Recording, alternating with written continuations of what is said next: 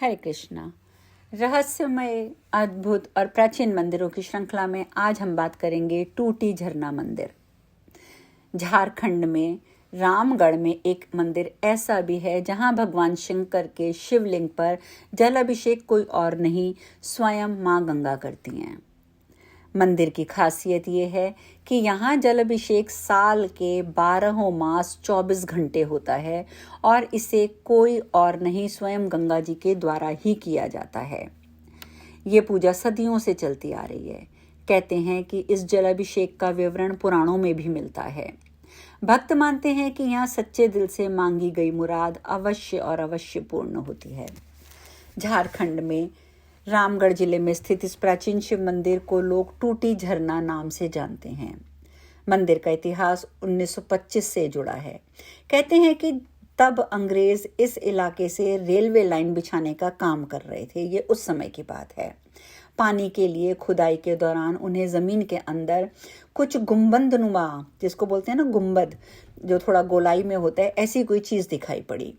कौतूहलतावश अंग्रेजों के मन में ये बात जागी कि पूरी खुदाई की जानी चाहिए और अंततः ये मंदिर पूरी तरह से नजर आया।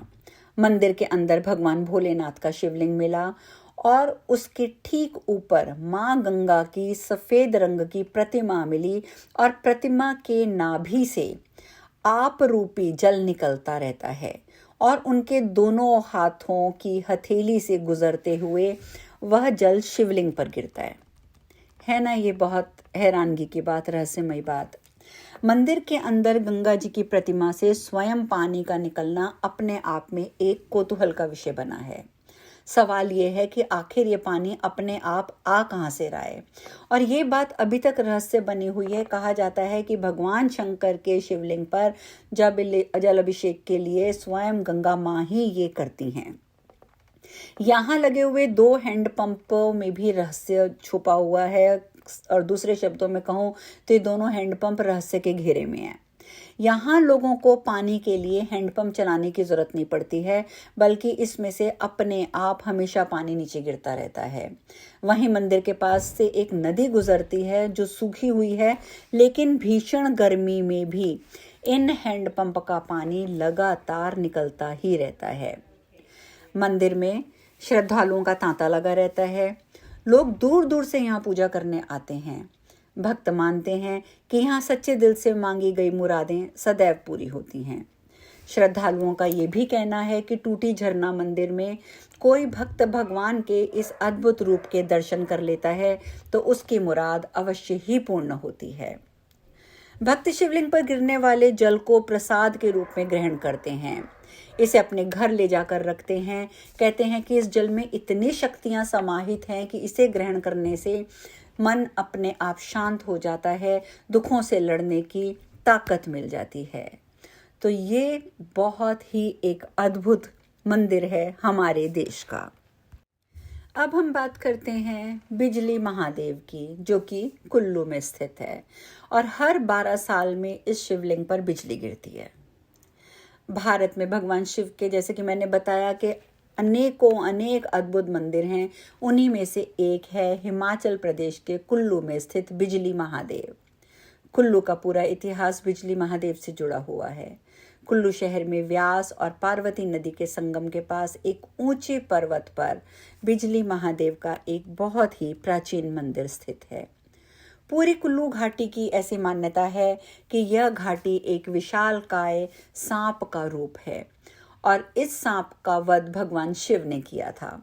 जिस स्थान पर मंदिर है वहां शिवलिंग पर हर 12 साल में भयंकर आकाशीय बिजली गिरती है और बिजली गिरने से मंदिर का शिवलिंग खंडित हो जाता है और यहाँ के पुजारी खंडित शिवलिंग के टुकड़े एकत्रित कर मक्खन के साथ इसे जोड़ देते हैं और कुछ माह के बाद शिवलिंग एक ठोस रूप में परिवर्तित हो जाता है और इस शिवलिंग पर फिर हर 12 माह के पास बिजली गिरती है और फिर यही चीज होती है।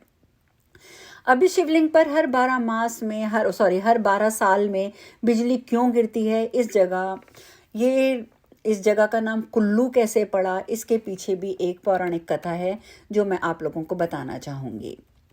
कुल्लू घाटी के लोग बताते हैं कि बहुत समय पहले यहाँ कुलांत नामक दैत्य रहता था।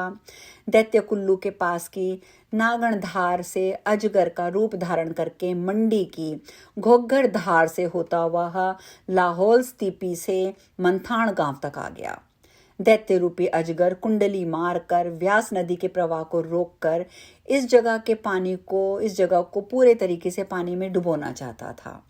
उसके पीछे इसका उद्देश्य ये था कि यहाँ रहने वाले सभी जीव जंतु पानी में डूबकर मर जाएं। भगवान शिव कुलांत के इस विचार से थोड़े से चिंतित हो गए। बड़े जतन से भगवान शिव ने उस राक्षस रूपी अजगर को अपने विश्वास में ले लिया। भगवान शिव ने उसके कान में कहा कि तुम्हारी पूंछ में आग लग रही है। इतना सुनते ही जैसे ही कुलांत पीछे मुड़ा, तभी शिवजी ने कुलांत के सिर पर त्रिशूल का वार कर दिया। त्रिशूल के प्रहार से कुलांत मारा गया। कुलांत के मरते ही उसका शरीर एक विशाल पर्वत में बदल गया। उसका शरीर धरती के जितने हिस्से में फैला हुआ था वह पूरा ही क्षेत्र पर्वत में परिवर्तित हो गया। कुल्लू घाटी का बिजली महादेव से रोहतांग दर्रा और उधर मंडी के घोघर धार तक की घाटी कुलांत के शरीर से निर्मित मानी जाती है। कुलांत से ही कुलूत और इसके बाद कुल्लू ये नाम यहाँ पर प्रचलित हो गया और यही किद्वंती है। ये भी कहा जाता है कि कुलांत दैत्य को मारने के बाद शिव ने इंद्र से कहा कि वे 12 साल में एक बार इस जगह पर बिजली गिराया करें। हर 12वें साल में यहाँ आकाशीय बिजली गिरती है और इस बिजली से शिवलिंग चकनाचूर हो जाता है। शिवलिंग के टुकड़े इकट्ठे करके शिव जी की जो पुजारी होते हैं वहाँ पर वो मक्खन से जोड़कर फिर से उसे स्थापित करते हैं और कुछ समय के बाद वह पिंडी अपने पुराने स्वरूप में पुनः उपस्थित हो जाती है।